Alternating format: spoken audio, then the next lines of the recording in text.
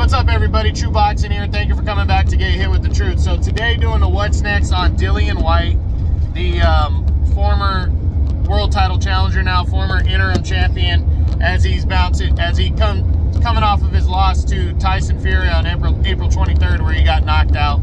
Third loss of Whyte's career.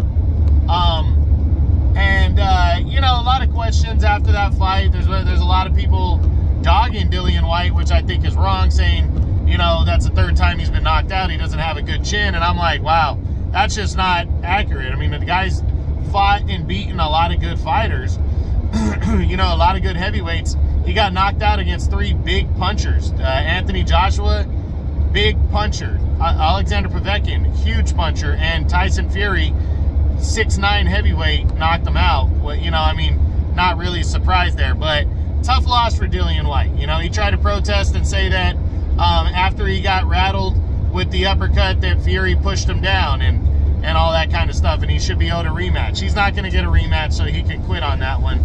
But, you know, hey, I don't know if the WBC will be lenient towards him and give him a high rating after that loss, but we'll see.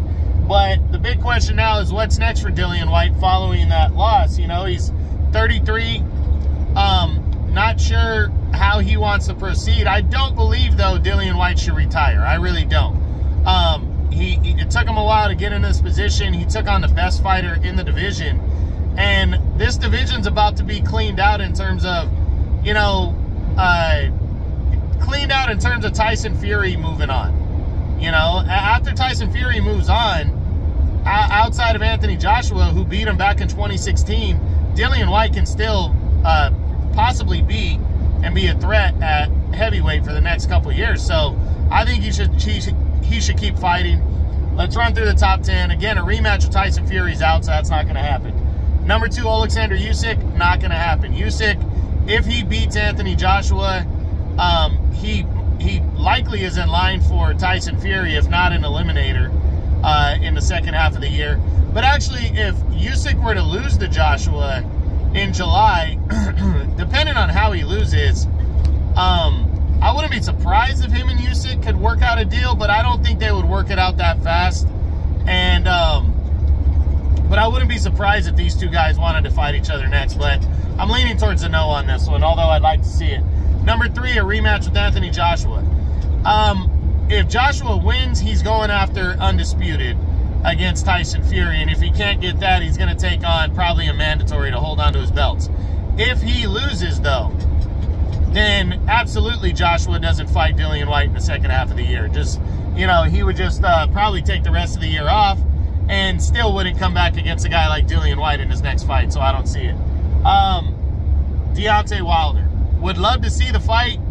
I don't know if, outside of money, I don't know if Dillian Whyte would want to take that fight right now. He might want to build himself back up before he gets into the ring with a guy like Wilder, so I'm not seeing that one next.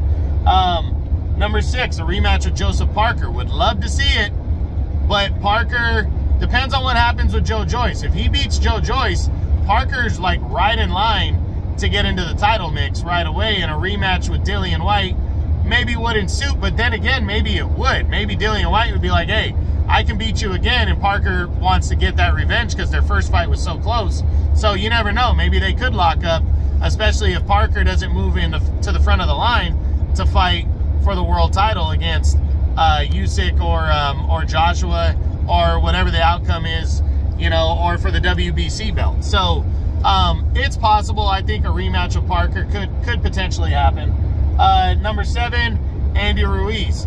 Not seeing it. Ruiz looks like he's fighting Luis Ortiz next. If he beats him, I think he moves forward towards possibly something bigger, maybe Deontay Wilder or the vacant WBC title. But if he doesn't, I don't know if Dillian Whyte just makes sense for him right now, you know, coming off of a loss. So if Andy Ruiz loses to Luis Ortiz, I definitely don't think he'll fight Dillian Whyte.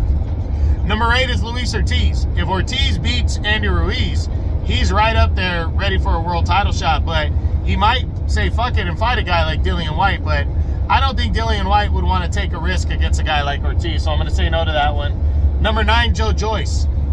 Wouldn't be surprised if these two guys locked horns, but again, if Joe Joyce beats Joseph Parker, I think that's too tall of an order for Whyte to want to fight him next. And if he loses to Parker, it wouldn't make sense. So I'm going to say no to that one too.